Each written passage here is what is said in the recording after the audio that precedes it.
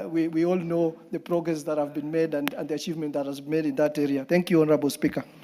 Thank you. The Honorable Rahim Dawood, member for North Imenti. Thank you, Madam Speaker. Madam Speaker, first I wish to congratulate His Excellency the President, William Ruto. What he said last week was very, very up to speed. Madam Speaker, and I even appreciate Honorable Mbui. Today he has admitted that the President is an excellent leader. I was even surprised it coming out from Honorable Mbui saying that, and hopefully he'll come to our side in the near future. Madam Speaker, as a country under President Ruto, our forex reserves are at an all-time high of 12 billion US dollars. Madam Speaker, we are only supposed to have a maximum of 4 months cover, but we have exceeded the 4 months cover, and it has never been as high as it is now. Madam Speaker, Standard & Poor's is a rating agency which, when we borrow money, have classified Kenya, have moved Kenya from B- to B. Madam Speaker, that is because we have not defaulted on any funds we have borrowed. And that is a very plus point for our president, because his administration has managed in many, many years to raise the profile of Kenya as a good borrower.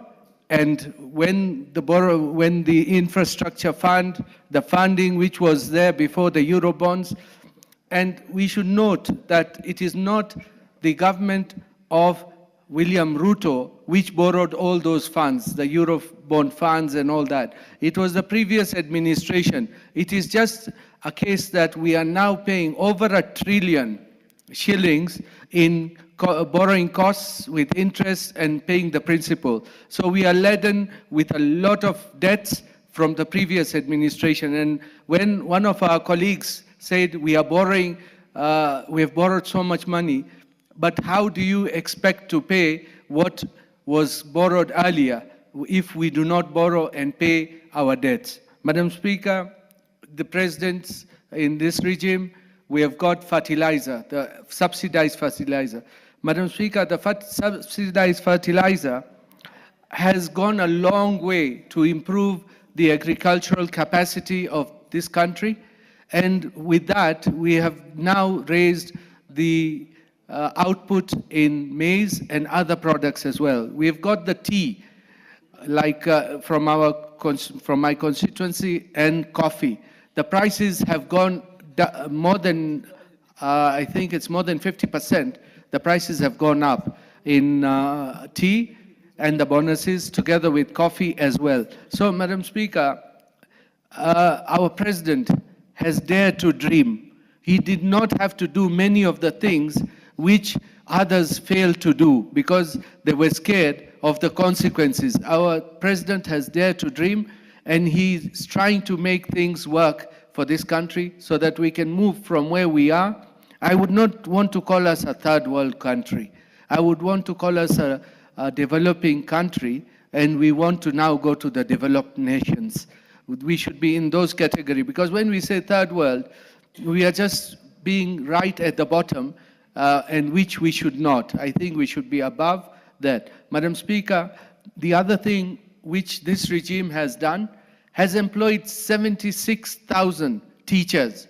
That is more than the teachers which have been employed by previous regimes. And Madam Speaker, let the pessimists give us what would they want to do with all the things which the president has done, because it's no use just criticizing President Ruto and not giving alternatives. Let them give us alternatives of how we are going to revive the economy, because the economy, the way it is going, it is being revived, and we are going to be amongst the best in Africa. And I hope in a few years, by the time we finish with President Ruto in 2032, we will be amongst the developed nations of the world. Thank you, Madam Speaker, and I support